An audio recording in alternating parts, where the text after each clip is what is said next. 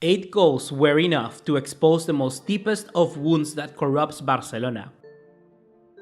A mix of an aging squad, dreadful recruitment, and an incompetent board might have just doomed the Camp Nou to witness the most underwhelming of seasons in recent years. However, a glimmer of hope does seem to have shown over Barcelona in the form of a restructural change at both institutional and at pitch side level, which is currently taking place as we speak. The man tasked with such responsibility appears to be Ronald Koeman, a true Barcelona legend as a player. The Dutchman has always expressed his dream to manage this club, and now he has left his position as head of the Netherlands national team to take over the Camp Nou. But what exactly is Ronald Koeman going to do? What are going to be his very first changes as Barcelona manager? Well, we got you covered, because in this video you're gonna be learning exactly why Ronald Koeman might just be the perfect man to revive FC Barcelona.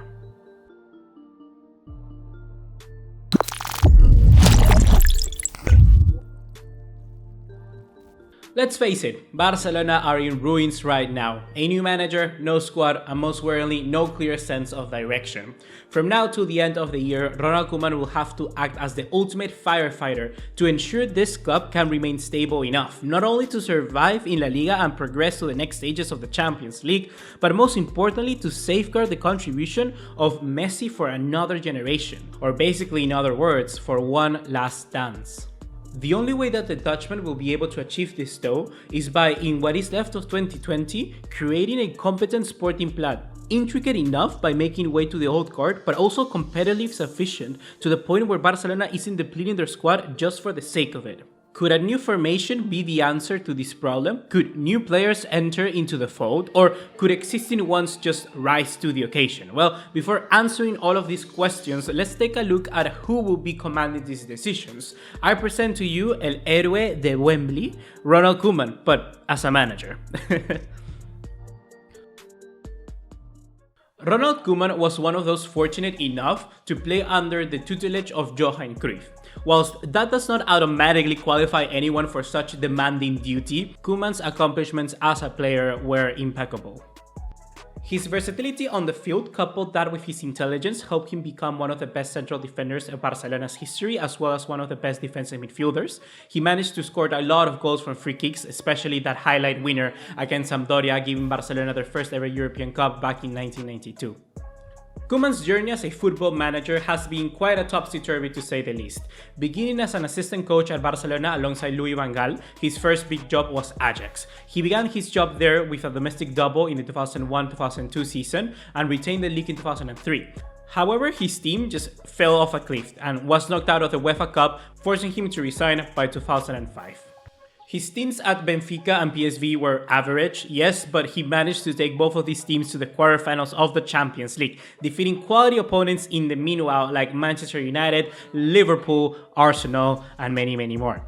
These were followed by a short term at Valencia, which during that time period he won La Copa del Rey. The team's overall performance was not good enough though, and the dressing room disputes made him lose his job and get sacked 6 months later. His next notable job was in England, taking over Southampton, whom he took to a very solid 7th and 6th finish places in the league in consecutive years. So this good run earned him the job then at Everton, where he had a very dampening year. He spent so much money out in the transfer market and he underperformed by a landslide. To say the least, this lost him his job. In 2018, he took over the reins of the Netherlands national team, which was quite out of shape. And after the World Cup of 2014, no one was thinking that a restructural change could happen. And Koeman actually did manage to rebuild this side with very good quality players, creating finally a sense back of pride to the Netherlands team. If one were to go then by his track record as a manager alone, it can be assumed that Koeman hasn't exactly lived up to expectations in the teams that he has managed.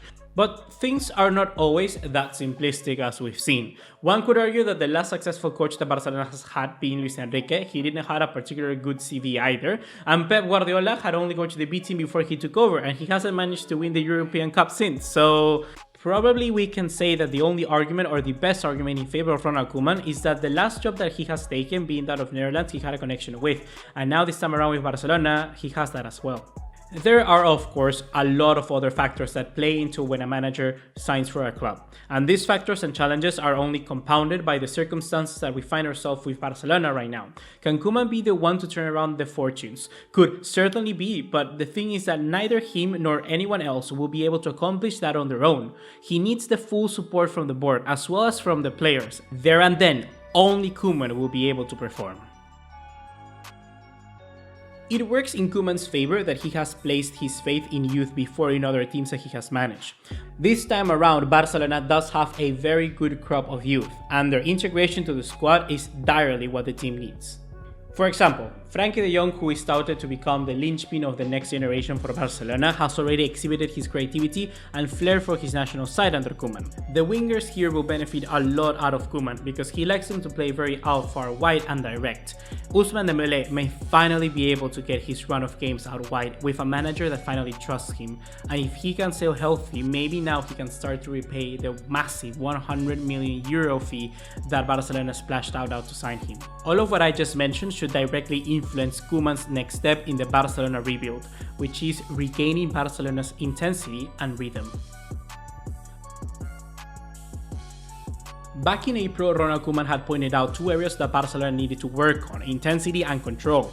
He added that with the world of football changing and gaining pace rapidly, it was necessary for the Blaugranas, or any other team for that matter, to keep up with their intensity throughout the game rather than switching it on and off. He also noticed that Barcelona does not control and dominate the game as once they used to, and that they needed to do this by getting back their identity. These issues, if anything, have only compounded further, and now it looks like he will be the man who is assigned to solve them.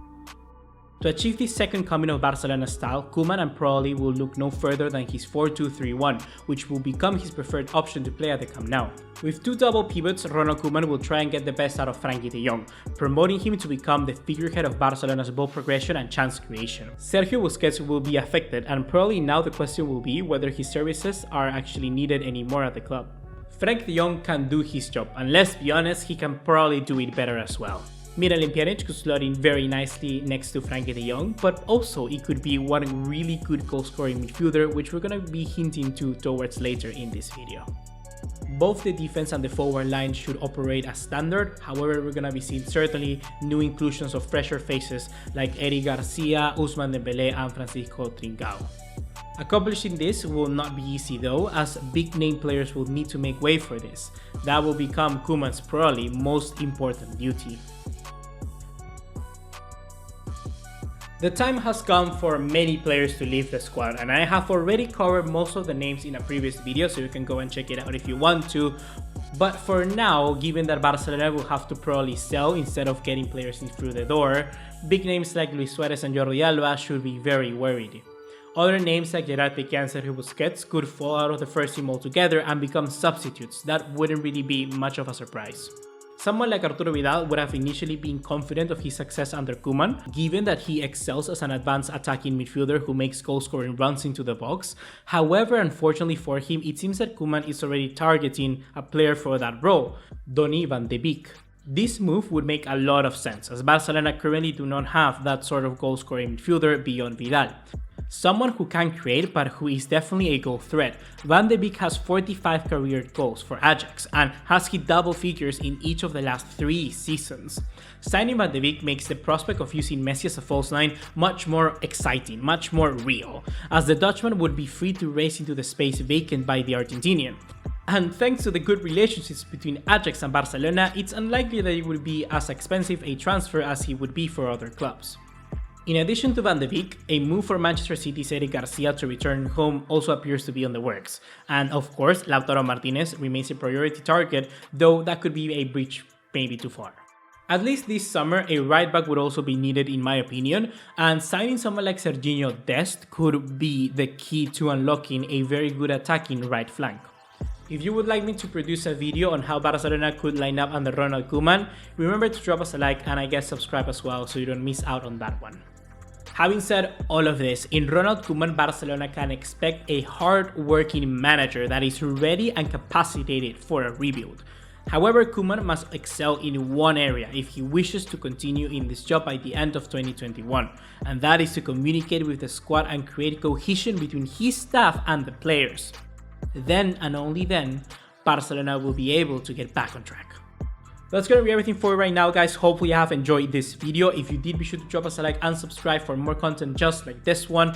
And we're gonna be producing a lot of videos on Barcelona's rebuild, but now we turn back attention to the Champions League, and we're gonna be previewing the Champions League final in the next video. PSG versus Bayern Munich, what a game that will be. See you in the next one. Take care. Ciao, ciao.